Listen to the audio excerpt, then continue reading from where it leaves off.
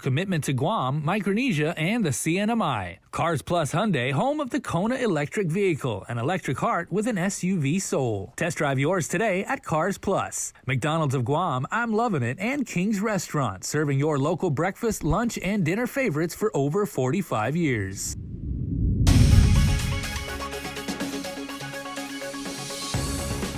Ahead on prime time, the impeachment trial will proceed without a House impeachment record, and House Prosecutor Tomas Maglonia reports live from Saipan with the very latest. And Speaker Therese Serlahi's bill that aims to save motorists money at the gas pump is put up for discussion today. And Public Auditor BJ Cruz makes case for pay equality across Gov Guam. These stories and more right here, right now on your news leader. Half a day, good evening everyone. Welcome to KUAM News Primetime. Guahusi Isaiah again, and thank you for joining us. Topping tonight's newscast, major developments as time is up for the House to resubmit its evidence for the Senate impeachment trial of the CNMI governor. Joining us now live from Saipan is KUAM regional correspondent Tomas Maglonia. Good evening, Tomas. Good evening, Isaiah. There is no turning back. That's according to CNMI Senate President Jude Hofschneider. The impeachment trial of Governor Ralph Torres in the Senate will continue to march on, but without a House prosecutor and without a House impeachment record. Here are the latest breaking details this evening. The House failed to meet the deadline to resubmit its evidence. According to the Senate impeachment rules, that means the trial of Governor Ralph Torres will proceed without an impeachment record and a House prosecutor. It's unfortunate that we have to get to this point, but we will provide that platform in terms of having the hearing and having the official, the representative, the official, the impeached official be present during those dates as soon as we release it today. But even that timeline could be cut short. The full Senate is expected to hear the governor's motion to dismiss the articles of impeachment separately, which could bring the trial to a full stop before it even begins. Lawmakers in the House are crying foul. They say the record complies with the spirit of the rules. However, the Senate's announcement essentially makes it a ghost of the past. They say the Senate's demands are overwhelming, given that the record is over 8,000 pages. Do you believe it's fair? Well, basically, I think I'm strong conviction that the Senate rules, impeachment rules, as indicated in the as far as the records of impeachment, those are substantial amount of time that was given to the prosecutors to submit those based on the rules. And as far as the political aspect of things, this is something that was given to us. It didn't initiate in the Senate, obviously. So we need to abide by our rules as indicated and as adopted, and then go from there. So you're saying it is going to, in your view, it's going to continue and be a fair trial? Yes. And can we also just get... Given the lay of the land, yes. What do you mean by that? Well, what we have before us. And what's before them from the House, at least for now, has gone up in smoke. Tomas Maglonia for KUAM News on Saipan. Isaiah, the CNMI House of Representatives leadership has told us that it is an option to take the Senate to court. However, in previous weeks, they've said that that is only a last resort. As it has been in the case of this impeachment process in the CNMI, we will have to continue to wait and see as lawmakers inch forward in this process. Reporting live on Saipan, I'm Tomas Maglonia for KUAM News. Tomas Maglonia in Saipan for us. Thank you for that live report. The administration still has about $348.5 million in American Rescue Plan funding left. The latest report from the Budget Bureau shows that of the $578 million that was allocated, only about $230 million has been spent or encumbered. The biggest unspent amount by far is the $160 million that's been set aside for a new hospital complex. Senators have been critical of Adelup for not sharing more details about the spending, but DOA Director Edward Burns said the administration wants to remain flexible so it can respond as critical needs arise. The last thing we want to do is to say in January of 2022, this is how we're going to spend it. And never mind any changing conditions, we're never going to alter our plans. We're constantly retuning where this funding goes in order to deal with emergent situations and things that arise, you know, like we're having to deal with this increase in gas prices. Pandemic spending is expected to be one of the hot topics during session next week. Senators will bring in administration officials to discuss a resolution to end the public health emergency and may also require the governor to seek legislative approval for any monthly extension. And it appears that a bill to save motorists as much as 23 cents a gallon at the gas pump is on its way to passing. Legislation by Speaker Therese Sarlahi to eliminate the liquid fuels tax drew only mid-resistance from administration officials today. KUAM's Nestor Lecanto reports. The legislation comes in response to spiraling gas prices that are hitting local consumers hard. But it would also slash about $10 million in special fund revenue that helps fund mass transit and village road repairs. Mayor's Council Executive Director Angel Sablon was among the skeptics. While at face value, repealing the liquid fuels tax looks good, but in the long run, will it do us good? Or are we going to come back in the 37th Guam legislature to impose fuel taxes again due to roads going into disrepair and no funds to repair them? I absolutely believe that the government services like village road repairs and critical services provided by the mayors, the Guam Rapid Transit Authority, and the Department of Revenue and Taxation are important and should be funded. But I don't think our road repairs should be paid on the backs of our gas consumers only. The speaker said she would amend the bill to ensure that the shortfalls would be made up by excess revenue from the general fund.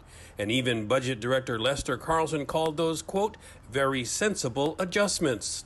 I fully appreciate the speaker's comments about not wanting to raise alarms about defunding, and I appreciate that very much.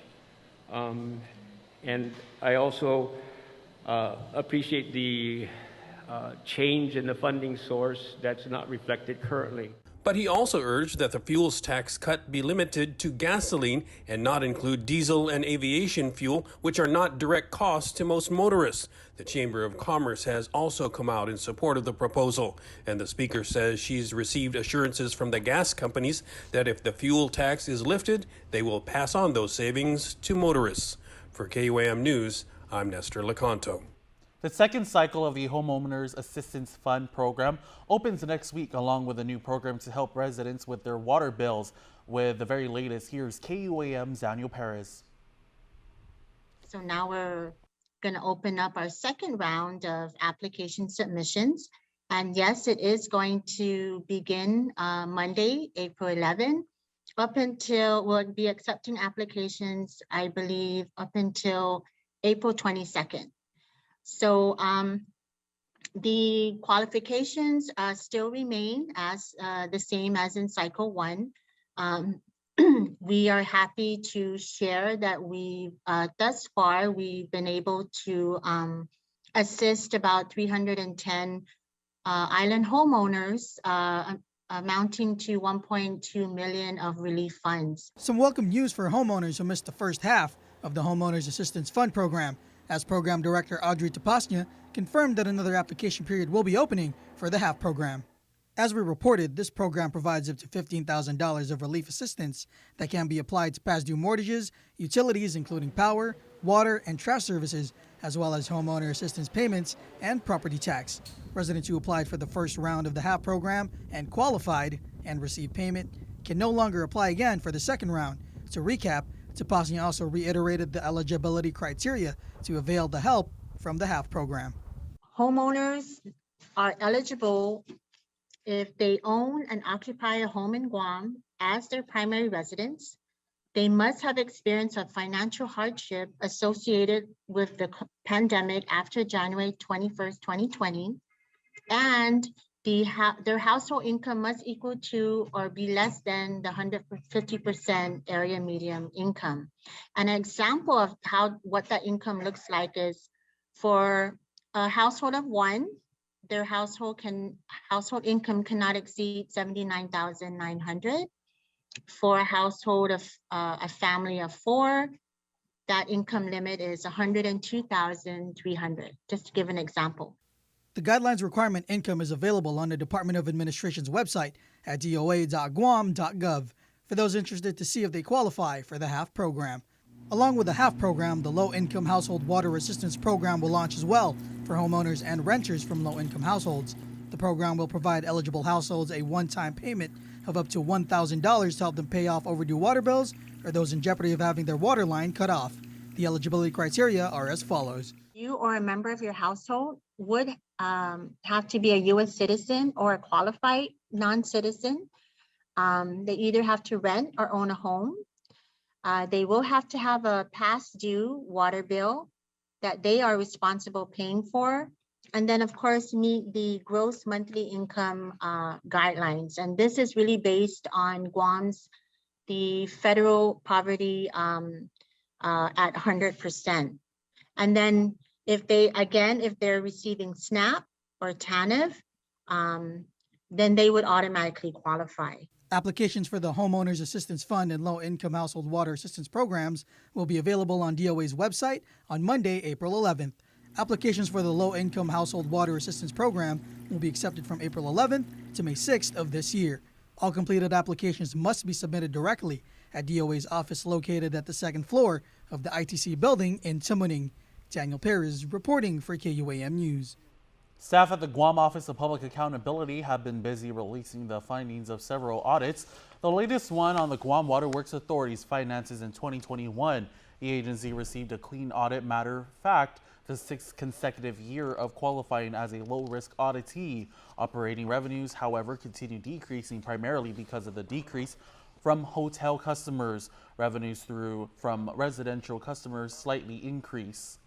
And the Guam OPA, in the meantime, is finding it difficult to keep the government in check with staff leaving to other GovGuam agencies. Public Auditor BJ Cruz says pay equality is needed for Government of Guam accountants and HR staff. Most recently, the OPA lost a senior staffer to an autonomous agency. The staff lured away by a 50% pay increase. Cruz says his office has been hit hard by staff losses, and more equity in pay for accounting personnel could help with retention. Cruz says more experienced workers at OPA are doing more because of shortages, and those issues combined with late submissions from agencies has led to workload difficulties. All 4 of them have to do the QARs of the 28 audits that are being done. And then we're having even new people do the code read because everybody's just trying to get everything out in these next 2 weeks. Cruz said delays with audits and agency submissions could mean senators don't have an accurate picture of GovGuam finances when they begin budget discussions for next fiscal year.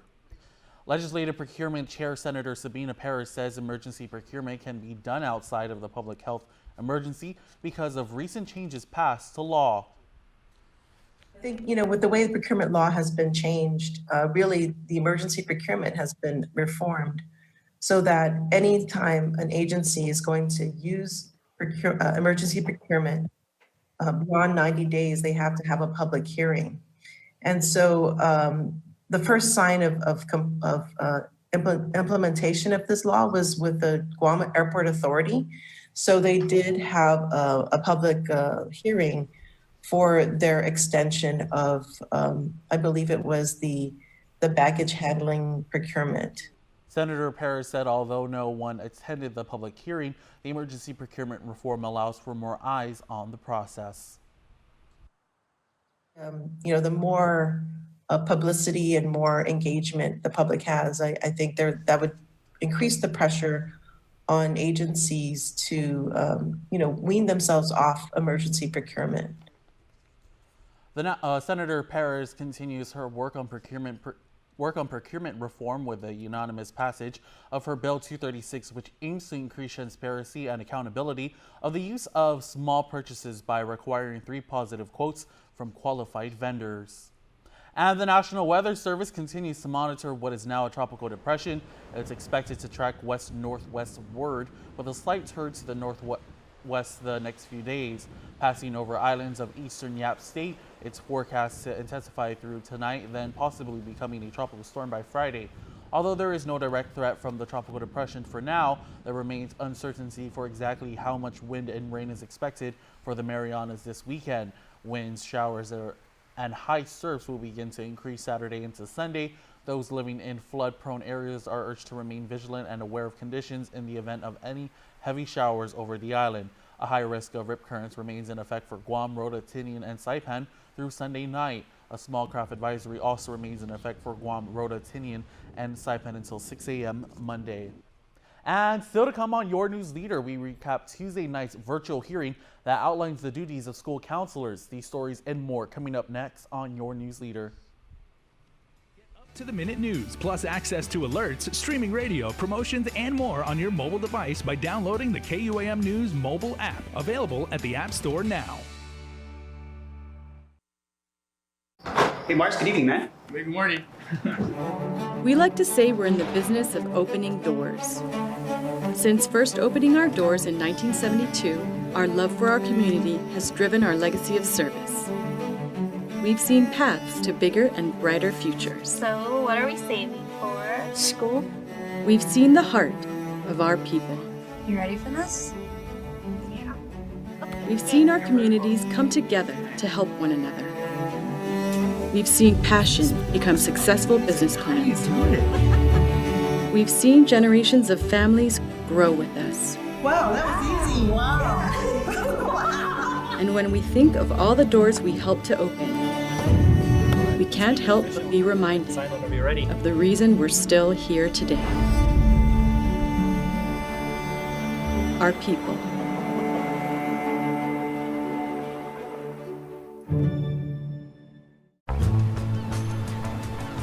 It's beautiful. It is, right, baby?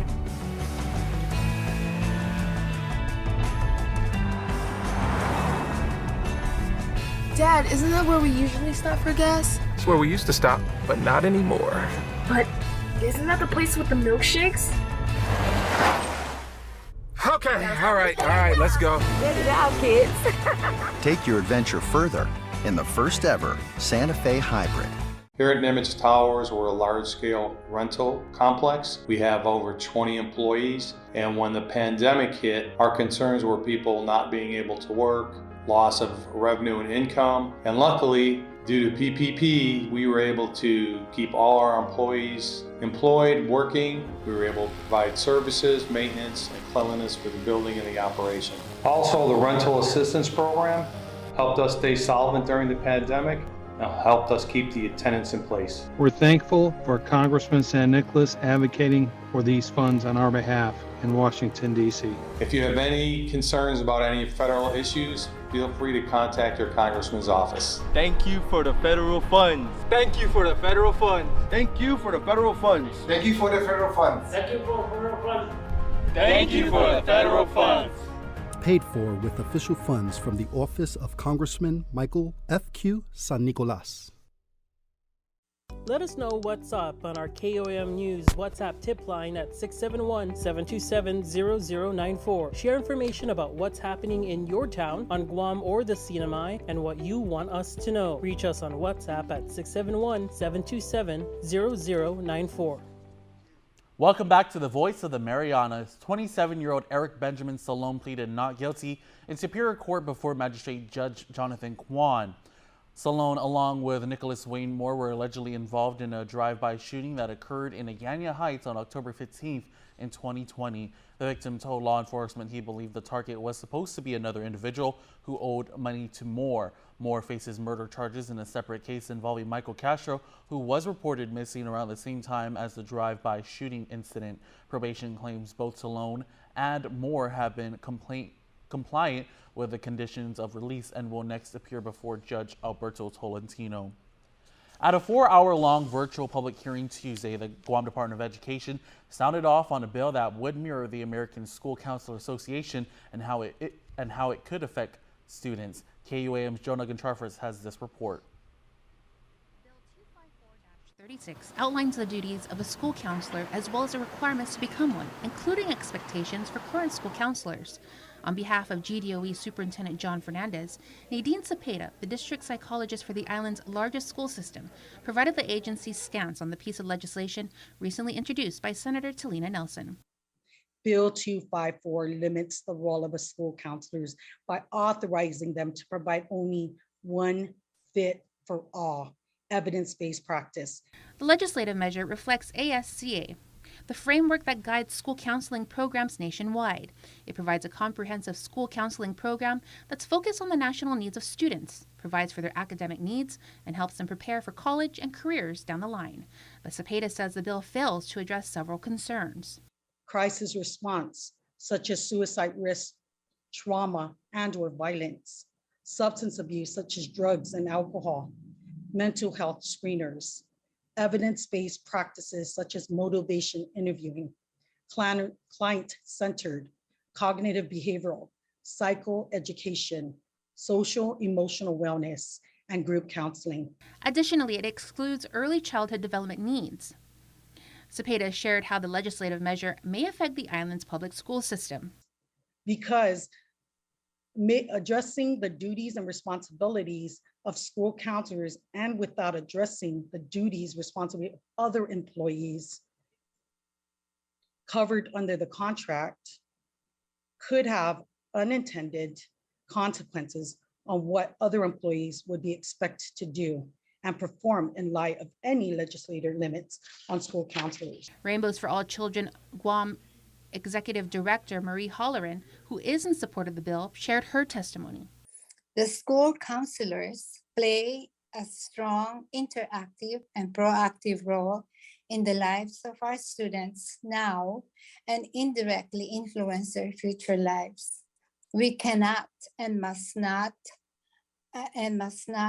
shortchange the value of the services provided by the school counselors.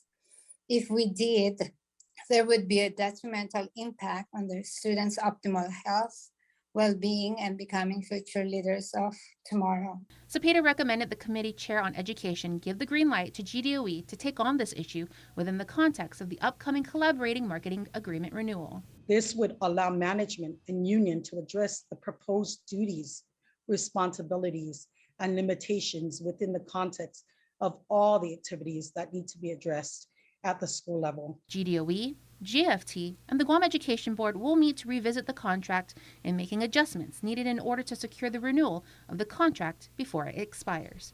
Reporting for KUAM News, I'm Jonah Gancharfris. The University of Guam's Guam Green Growth Initiative, or G3, started as a local effort, but they're striving to make a global impact by leading towards a greener living economy. Here's Tyler Matanani with more.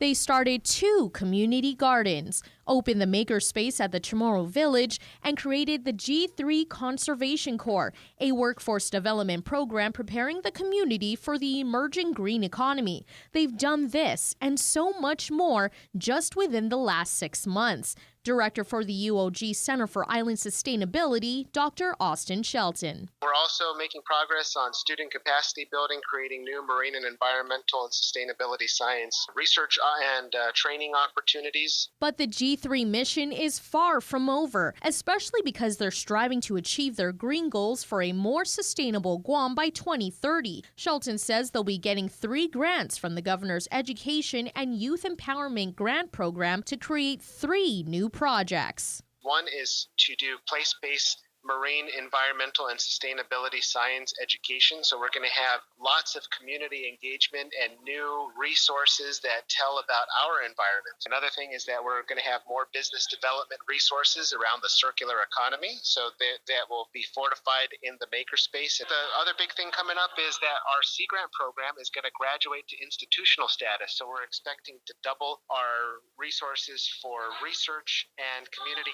engagement around the coastal resources. They're even coming out with a Zoamti project. They'll be working with our elders to spread the knowledge on traditional healing. The community is also welcome to join them in beautifying the island one village at a time through their weekly village cleanups. To learn more about the G3, visit their website at guamgreengrowth.org or follow them on Instagram and Facebook at Guam Green Growth. For KUAM News, I'm Tyler Matanani. The Guam Coalition Against Sexual Assault and Family Violence held a virtual proclamation signing and presentations of resolutions. This was in recognition of April as Sexual Assault Awareness Month, Child Abuse Prevention Month, Youth Month, and National Crime Victims' Rights Week Month. According to a 2021 statistic done by the Guam Police Department, there were 158 cases of sexual assault reported. Governor Lou Leon Guerrero.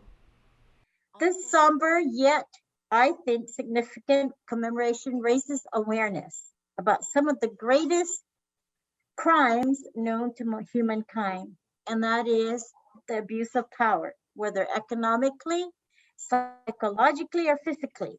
Too many people who come from every walk of life have suffered the pain and the trauma of sexual assault and child abuse. This violence is an intolerable affront to our shared community and our humanity, just like child abuse. The Guam Coalition will hold an awareness outreach event at the Micronesia Mall on Saturday, April 30th at 11 a.m. to 2 p.m. If you are interested in participating, email info@guamcoalition.org by Wednesday, April 20th. And stay tuned. Up next with Dave Delgado with your roundup of local sports, and Jonah Gonçalves kicks off her weekly series, Putting the Pieces Together. Keep it here. You're watching KUAM.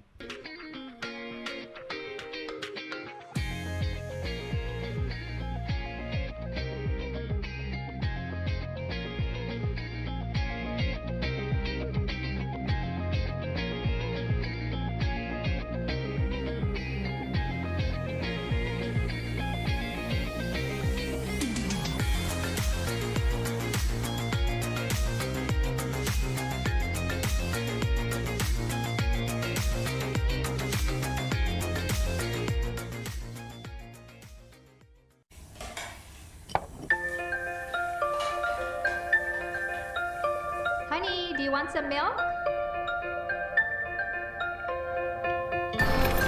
Do you ever wonder how your favorite products make their way into your local stores?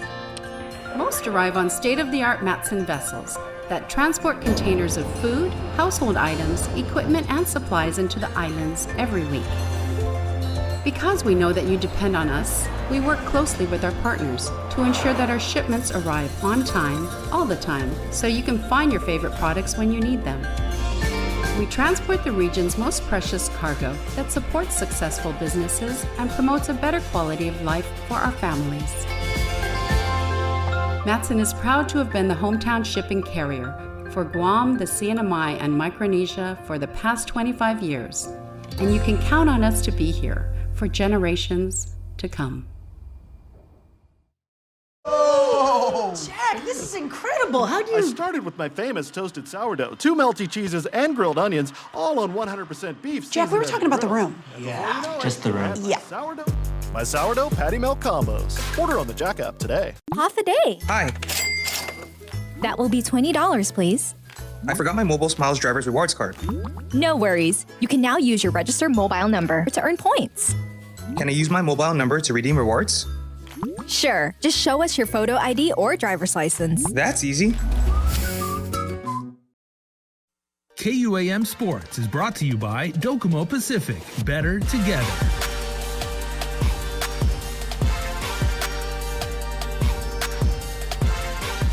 GW at home to get their 2022 season underway against Sanchez. After taking several shots on goal, Geckos player Marley Anna Quintanilla gets her shot to go past the Sharks keeper. Minutes into the match for the 1-0 lead. Defensively, GW was on point, keeping Sanchez scoreless. Both keepers from GW combined for the shutout win. The Geckos went on to take the dub 3-0. Danny Uggan gets her first shot attempt blocked, but stays with it and gets the second one to go to the left corner of the goalpost for the score. GW's third and final goal was scored in the 40th minute of play, courtesy of Christine Bensil.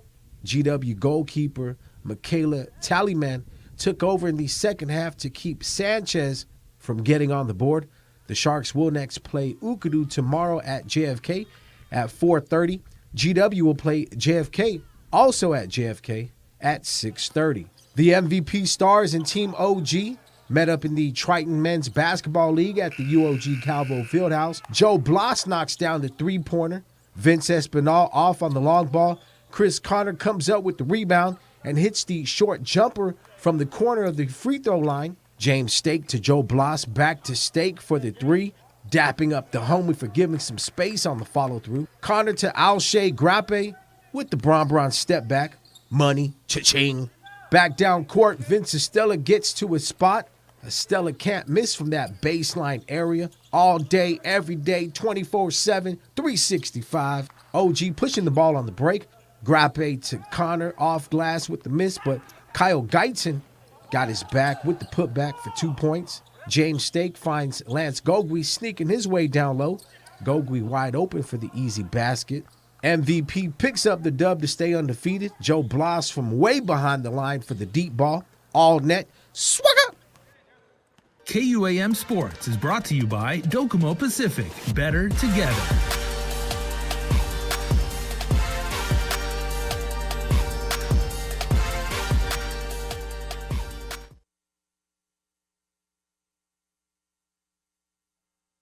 Unified Communications, UC, is the next step in a business phone system. Introducing Docomo Pacific UC, your business phone. Instant messaging, video, voicemail, fax, and more. All unified on one platform and delivered through the cloud. Merge your desk phone with your mobile device. Turn voice calls into video conference. UC reduces phone costs. UC boosts productivity. Work better together with Docomo Pacific UC. Don't need a work break, keep the smile on your face. The moments you can't replace, and I'll be around. Whoa. You can count on me. You can count on me for life. Wherever life takes you, we're always here for you. Calvo's Insurance. Count on us for life.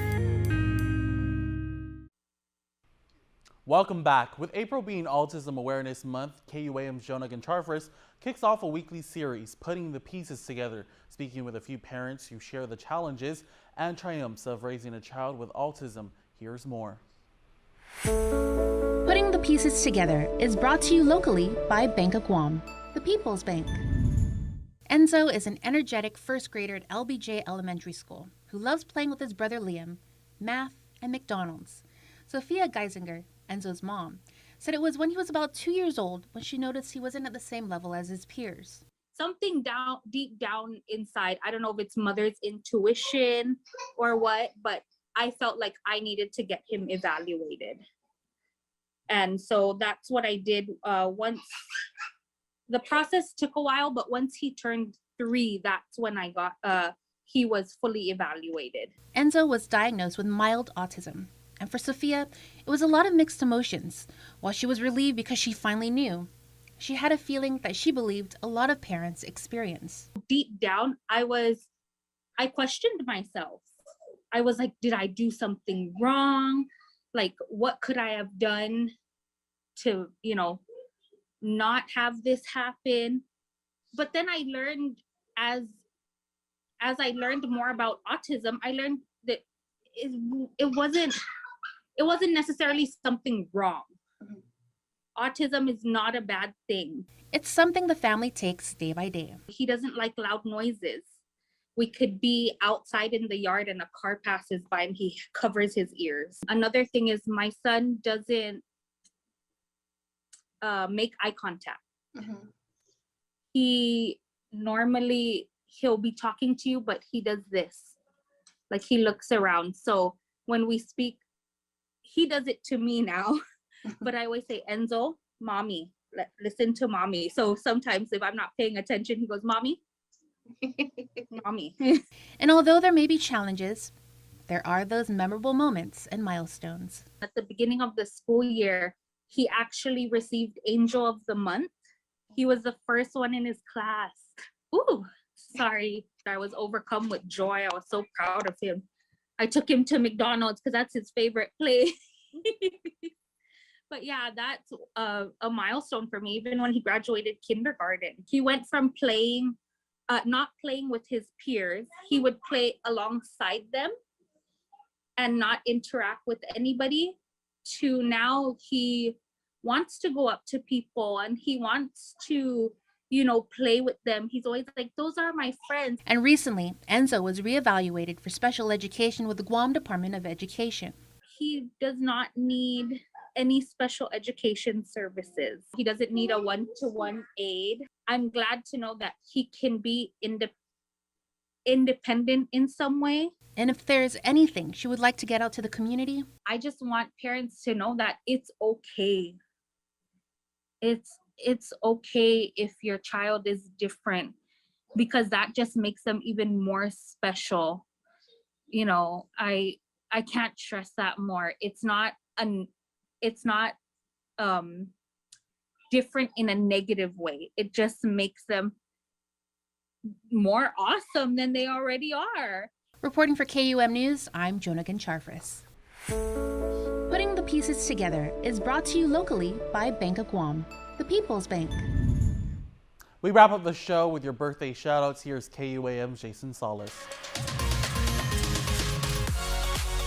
Lucky number 7th of April. So happy birthday wishes tonight to Nicole Justine Espanol Mercer.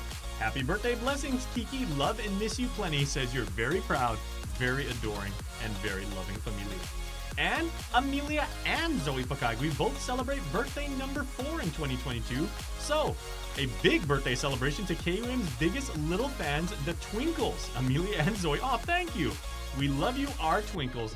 Thank you, guys. And we wish the both of you and Nicole have a wonderful, wonderful birthday today. We're proud to have you as part of our island family, and we wish you and your families the best Thursday ever. You can be a part of our Coastal Creamery Birthday Club by checking out KUAM.com. And that's going to do it for us here on Primetime this Thursday evening. Guahu